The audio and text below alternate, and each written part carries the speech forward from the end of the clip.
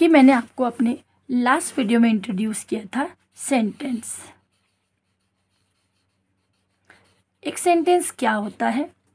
एक सेंटेंस वो होता है जो हमारी बात को एक्सप्रेसिव बनाता है, यानी कि कंप्लीट सेंस देता है। उसी में मैंने आपको बताया था टाइप्स ऑफ सेंटेंसेस, कितने टाइप के सेंटेंसेस होते हैं।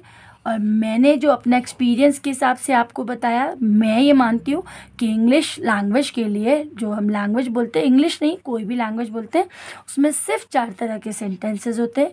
एक सेंटेंस होता है जो क्वेश्चन फ्रेम करता है, एक सेंटेंस सिंपल क्वेश्चन फ्रेम करता है, एक सेंटेंस होता है जो यस फ्रेम करता है, एक सेंटेंस होता है जिससे पता चलता है कि हम नो कह रहे हैं, और एक सेंटेंस होता है स्पेशल, जिससे हमें अपनी बात को एक्सटेंड करने में हेल्प मिलती है। तो आज मैं आपको इस वीडियो में जो बताने जा रही हूँ वो बताने जा रही हूँ कि एक सेंटेंस का स्ट्रक्चर बनता कैसे है। हम 4 तरह के सेंटेंसेस सीखते हैं, लेकिन हम एग्जैक्टली सेंटेंस का स्ट्रक्चर बनाते कैसे हैं। अगर इसको सिंपल ग्रामर में भी कहा जाए तब भी हमें कैसे बनाना चाहिए, या नॉर्मली अगर हम जब बात भी कर रहे हैं तो हमको पता होना चाहिए कि एक सेंटेंस का जो फॉर्मेशन है, जो उसका तरीका है, वो क्या है। हालांकि जब हम जिस लैंग्वेज में कंफर्टेबल हो जाते हैं तो उसमें हम बहुत सारी चीज़ें खा लेते हैं, लेकिन उससे पहले हमें ये जानना ज़रूरी है, क्योंकि हम उस लैंग्वेज में इतने मर्ज होते हैं कि हमारी बात दूसरा समझ जाता है। लेकिन जब हम बिगनिंग करते हैं, किसी चीज़ को स्टार्ट करते हैं, तो एक कायदा होता है, एक तरीका होता है, वो तरीका हमें आना ज़रूरी है। चाहे उस तरीके को आगे जाकर आप उलट पुलट कर लें, आप उसको जम्बल्ड कर लें, आप उसे शॉर्ट कर लें, आगे का पीछे बोल लें, लेकिन तब तक नहीं बोल सकते जब तक आपको प्रॉपरली नहीं पता कि एक सेंटेंस कैसे फॉर्म किया जाता है। मैं जिस सेंटेंस को आपको फ्रेम करना सबसे पहले बता रही हूँ, that is called yes sentence.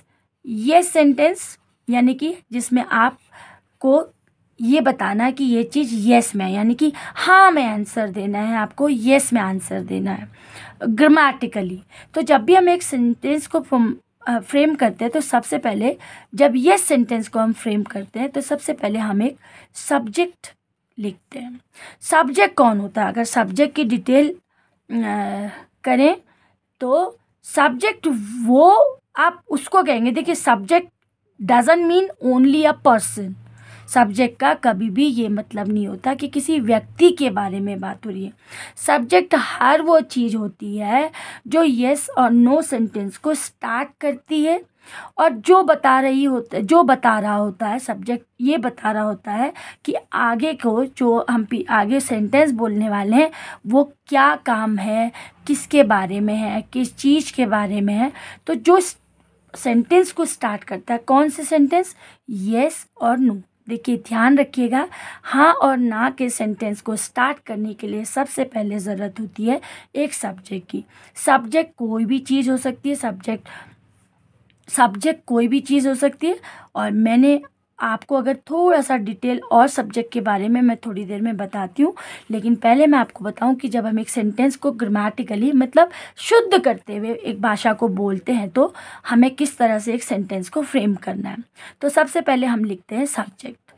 हम लिखते नहीं, मतलब हम बोलते हैं, लिखने में भी लिखते हैं सब्जेक्ट। सब्जेक्ट के बाद हमको ये याद रखना है कि हम लोग जब भी बातचीत करते हैं तो बातचीत हमेशा टाइम पर की जाती है, समय पर बात की जाती है, पहली चीज़। दूसरी चीज़, बात किस पर की जाती है? बात लोगों पर की जाती है, किसी पर्सन पे बात की जाती है। अब टाइम पे अगर हम बात कहें तो टाइम को हम कह सकते हैं इज़ इक्वल टू ग्रामर। जो हम टाइम के बारे में बात करेंगे वो वही ग्रामर है। हमें पता होना चाहिए प्रेजेंट क्या है, पास्ट क्या है, फ्यूचर क्या है। और अगर हम पर्सन की बात करें, मैं यहाँ पे स्पेशली पर्सन नहीं, मैं यहाँ पर कोई थिंग्स की भी बात कर सकती हूँ, तो जब हम इन दोनों की बात करते हैं, जब हम इन दोनों को हटाकर टाइम की बात करते हैं तो टाइम को यहाँ पर को मेंशन करना बहुत ज़रूरी है। टाइम को ग्रामर में मेंशन करने के अलग तरीके हैं। मैं यहाँ पे सिर्फ क्योंकि एक कॉमन वे में मैं आपको समझा रही हूँ, तो सब्जेक्ट के बाद हमको टाइम लगाना है। अब टाइम की अगर मैं डिटेल करूं तो मैं आपको अपने नेक्स्ट वीडियो में टाइम को और डिटेल करके बताऊंगी, ताकि आप समझ जाए यहाँ पे टाइम का क्या रोल है। और उसके बाद जो सेंटेंस बचता है वो कहलाता है ऑब्जेक्ट। ऑब्जेक्ट का मतलब जो भी बाद में सेंटेंस के बारे में को कह रहा है, सेंटेंस को कंप्लीट कर रहा है, सेंटेंस की सब्जेक्ट की किस बात को इन्फॉर्म कर रहा है, सब्जेक्ट की किस बात को कंफर्म कर रहा है, सब्जेक्ट की किस बात को फिनिश कर रहा है, सब्जेक्ट के किस प्लेस को बता रहा है। मीन्स कि बहुत सारी चीज़ें ऑब्जेक्ट के अंदर आती हैं। ये एक कॉमन वे है जो कॉमन, आप अगर आप सिर्फ लैंग्वेज को बोलना चाहते हैं तो इतना स्ट्रक्चर तो आपको फ्रेम करना आना ही चाहिए। मैंने आपको बोला कि ये वाला जो फॉर्मेशन है वो होगा यस का फॉर्मेशन। जब आपको हाँ कहना है तो आपके पास एक सब्जेक्ट होना चाहिए। सब्जेक्ट को अभी हम और डिटेल करेंगे। फिर उसके बाद टाइम होना चाहिए। टाइम इसलिए होना चाहिए क्योंकि हम भाषा को शुद्ध कर कर बोलते हैं और बोलना भी चाहिए। उतना तो बोलना चाहिए जितना वो डिज़र्व करती है। और रेस्ट कहलाता है ऑब्जेक्ट, यानी कि सेंटेंस का बचा हुआ पार्ट जो सेंटेंस को कम्प्लीटली एक पोजीशन देता है कि हम बात क्या कर रहे हैं। और जब हम अगर नो की बात करते हैं तो नो की बात में हमको फिर से यही स्ट्रक्चर फॉलो करना होता है। हमें सब्जेक्ट लगाना होता है, फिर हमको टाइम लगाना होता है क्योंकि किस समय की बात करें, और बस यहाँ पर को हमको एक नॉट ऐड करना होता है। और रेस्ट पार्ट ऐसा ही रहता है। ये दो तरह के जो आपको मैंने बताए थे सेंटेंसेस 4 टाइप्स के होते हैं। इनमें से सिर्फ 2 टाइप्स ऑफ सेंटेंसेस इस फॉर्मेट से बनते हैं। ये एक छोटा सा लुक है एक कॉमन वे में समझने का।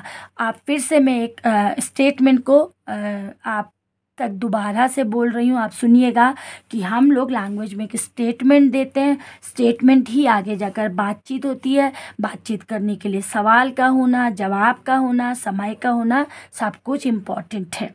तो जब जब हम बात हाँ या ना में करते हैं, जब हम हाँ में बात करते हैं तो हमें बात को स्टार्ट करने वाला चाहिए। अब वो कोई सब्जेक्ट व्यक्ति भी हो सकता है, कोई चीज़ भी हो सकती है, कोई मौसम भी हो सकता है, कोई एनिमल्स भी हो सकता है, कोई नेचर भी हो सकता है। हम जिसके बारे में भी सेंटेंस हम स्टार्ट कर रहे हैं वो सब्जेक्ट कहलाता है। सब्जेक्ट के बाद टाइम होना बहुत ज़रूरी है, क्योंकि बिना टाइम के हमारी लैंग्वेज क्या होगी, माइंड बॉगलिंग हो जाएगी, वो समझ में नहीं आएगी, ऊपर से चली जाएगी। इतना तो हमें सेंस होना ही चाहिए कि हम किस समय की बात कर रहे हैं। समय को मैंने इक्विवेलेंट किया है ग्रामर से, और उसके बाद जो भी पार्ट रह जाता है वो ऑब्जेक्ट कहलाता है। अब यहाँ पे मैं सेंटेंस बनाकर आपको इसलिए कोई एग्जाम्पल नहीं दे रही हूँ क्योंकि मैं पहले आपको सब्जेक्ट को भी डिफ़ाइन करूँगी, फिर टाइम को भी डिफ़ाइन करूँगी, और फिर ऑब्जेक्ट को भी डिफ़ाइन करूँगी। ये एक बहुत सिंपल तरीका है। अगर आप इसका बिल्कुल माइंड मेकअप कर लें तो आपको यकीन नहीं आएगा, आप मोर देन 1000 सेंटेंसेस फ्रेम कर सकते हैं। तो आपको ऑल यू वांट क्या क्या चाहिए, सब्जेक्ट को आप अंडरस्टैंड करें। टाइम इंग्लिश में टाइम लैंग्वेज में सिर्फ 3 ही होते हैं। कैसे होते हैं जब मैं टाइम के लिए नेक्स्ट वीडियो बनाऊंगी। और ऑब्जेक्ट सारा आप पे डिपेंड करता है कि आप बात को कितना लेंदी, कहाँ की इंफॉर्मेशन, कहाँ की कंफर्मेशन, कहाँ की डिटेल्स, जो भी आप आगे को देना चाह रहे हैं वो सारी चीज़ें होती हैं। अब जो ये सब्जेक्ट होता है तो सब्जेक्ट को थोड़ा सा और डिटेल करते हैं। सब्जेक्ट हमेशा हमें बताता है कौन बात कर रहा है, किस पर बात हो रही है। सब्जेक्ट हमें बताता है कौन बात कर रहा है, किस पर बात हो रही है। जब हमें सब्जेक्ट क्लियर होता है तो हमें ऑटोमेटिकली टाइम क्लियर हो जाएगा। सब्जेक्ट का टाइम से बहुत कुछ लेना देना है। Subject has got a lot to do with time. जिसको सब्जेक्ट में पकड़ है, जिसको सब्जेक्ट पहचानना आ जाता है, समझ में आ जाता है, उसका यूज़ करना आ जाता है, उसे टाइम को पहचानने में दिक्कत नहीं होती। टाइम मतलब ग्रामर। ग्रामर किस तरह से चेंज होती है मैंने आपको बोला था अपने पास एक वीडियो में, मैंने ये बताया था। जो वर्ब होती है वो हमेशा सब्जेक्ट और टाइम के अकॉर्डिंग चेंज होती है। मैंने बोला था आपको कि वर्ब चेंजेबल प्रोसेस है, वर्ब एक चेंजेबल प्रोसेस है। तो जो चेंज प्रोसेस है, जो चेंजिंग प्रोसेस है, वो चेंजिंग प्रोसेस ही आप कह सकते हैं टाइम और सब्जेक्ट है। अब हम यहाँ पर को नाउन और वर्ब दोनों की बात करते हैं। मैं यहाँ पर को वर्ब भी लिख सकती थी, हेल्पिंग वर्ब भी लिख सकती थी, पर मैंने दोनों को इंक्लूड करके टाइम इसलिए लिखा क्योंकि वर्ब भी टाइम बताती है। आप ध्यान रखिएगा कि वर्ब भी टाइम बताती है। अगर आप वर्ब को डिटेल करें, वर्ब के बारे में जानें, तो वर्ब भी टाइम बताती है। वर्ब चेंजेबल होती है। पहला ही सेंटेंस मैंने आपको वर्ब की क्लास में बोला है कि वर्ब चेंजेबल होती है। तो यहाँ पे टाइम इसलिए मेंशन किया है क्योंकि यहाँ पर को वर्ब का भी रोल है। जब मैं टाइम डिटेल करूँगी तो मैं आपको बताऊँगी, तो तब हम इस स्ट्रक्चर को थोड़ा सा एक्सटेंड करेंगे। अभी एज ए बिगिनर आपने समझना है कि यहाँ पे टाइम आना है। टाइम का मतलब यहाँ पे दोनों चीज़ों से है, वर्ब से भी है और ग्रामर से भी है। तो यहाँ पर को हम टाइम को दोनों जगह, दोनों ही स्थितियों में मानकर चलेंगे कि टाइम यहाँ पे वर्ब यहाँ पे टाइम का भी काम करेगी और टाइम यहाँ पे वर्ब का भी काम करेगा। टाइम यहाँ पे हेल्पिंग वर्ब का भी काम करेगी और हेल्पिंग वर्ब यहाँ पे टाइम का भी काम करेगा। कैसे करेगा मैं आपको अपने नेक्स्ट वीडियो में बहुत अच्छे से बताऊंगी। अब आपने क्या करना है, अपने सब्जेक्ट को डिटेल्ड करना है, अपने सब्जेक्ट को ढूंढना है। सब्जेक्ट के बारे में वीडियो आपके लिए बनाऊंगी जिसमें मैं सब्जेक्ट को और थोड़ा सा डिफाइन करूंगी, सब्जेक्ट को समझने का तरीका कितना है, कैसे है और इजी वे में आपको वो कैसे आए। बस जो स्टेप्स मैं आपको सीक्वली बता रही हूँ, आप इनको थोड़ा सा लर्न करें, इन्हें सुने केयरफुली, और उसके बाद जब आपका स्पोकन पार्ट शुरू हो तो डायरेक्ट सेंटेंस फ्रेम कीजिए, वर्ब्स इंक्रीज कीजिए और सेंटेंसेस फ्रेम कीजिए, वर्ब इंक्रीज कीजिए और सेंटेंसेस फ्रेम कीजिए। और जब आप इस तरह की प्रोसेस प्रैक्टिसेस करेंगे तो आप देखिएगा ऑटोमेटिकली एक रिजल्ट आएगा, एक आउटकम आएगा। वो तभी आता है, हम कोई भी चीज़ अगर हम किचन में कोई रेसिपी ट्राई कर रहे हैं तो हम उस रेसिपी की डिटेल करते हैं, उसमें कितने इंग्रेडिएंट्स डालने हैं, कितनी कुकिंग होनी है, लो फ्लेम में कितनी कुकिंग होनी है, हाई फ्लेम में कितनी कुकिंग होनी है। तो हम जानते हैं ना, किसी भी चीज़ की डिटेलिंग बहुत इंपॉर्टेंट है। इसीलिए मैंने सीक्वली हर चीज़ को डिफाइन किया, इसमें एक एक चीज़। जब हम क्लासेस पढ़ेंगे तो वो बहुत ईजी हो जाएंगी क्योंकि आप हर चीज़ को समझ के आगे बढ़िए। होप मैं आपको जो इस वीडियो के थ्रू बताना चाह रही हूँ कि एक सेंटेंस का येस और नो फ्रेम कैसा होता है। यहाँ पे वर्ब का भी रोल है, इस समय मैंने नहीं लिखा है क्योंकि जब मैं टाइम एक्सप्लेन करूँगी तो तब मैं आपको बताऊँगी, तब हम थोड़ा सा इस स्ट्रक्चर को और थोड़ा सा एक्सटेंड करेंगे। लेकिन एज ए बिगनर आपको याद रखना है कि पहले सब्जेक्ट आना है, फिर टाइम आना है। टाइम वर्ब की फॉर्म में भी आ सकता है, हेल्पिंग वर्ब की फॉर्म में भी आ सकता है, और जितना भी पार्ट रेस्ट रह जाता है उसे हम ऑब्जेक्ट कहते हैं। आगे जाकर जब हम एडवांस इंग्लिश पढ़ते हैं तो ऑब्जेक्ट हमारे बहुत टफ हो जाते हैं, tough in the sense critical हो जाते हैं। तो सबसे पहले हमें जिसको पहचानना सीखना है वो है सब्जेक्ट। जब हम नो सेंटेंस फ्रेम करते हैं तो फिर से हम सब्जेक्ट लेंगे, फिर हम टाइम लेंगे, टाइम की फॉर्म में वर्ब भी आ सकता है, हेल्पिंग वर्ब भी आ सकता है, और प्लस आ जाएगा नॉट, और देन रेस्ट पार्ट होगा ऑब्जेक्ट। तो इस तरह से हम एक सेंटेंस को फ्रेम करते हैं, और सेंटेंस फ्रेम करने के बाद आपको अपनी वोकैबुलरी इंक्रीज करनी है और फिर आपको बोलना है। तो होप आपकी जर्नी फ्रूटफुल रहे। आप को जो मैं इस वीडियो के माध्यम से समझाना चाह रही हूँ आप समझ पाएँ।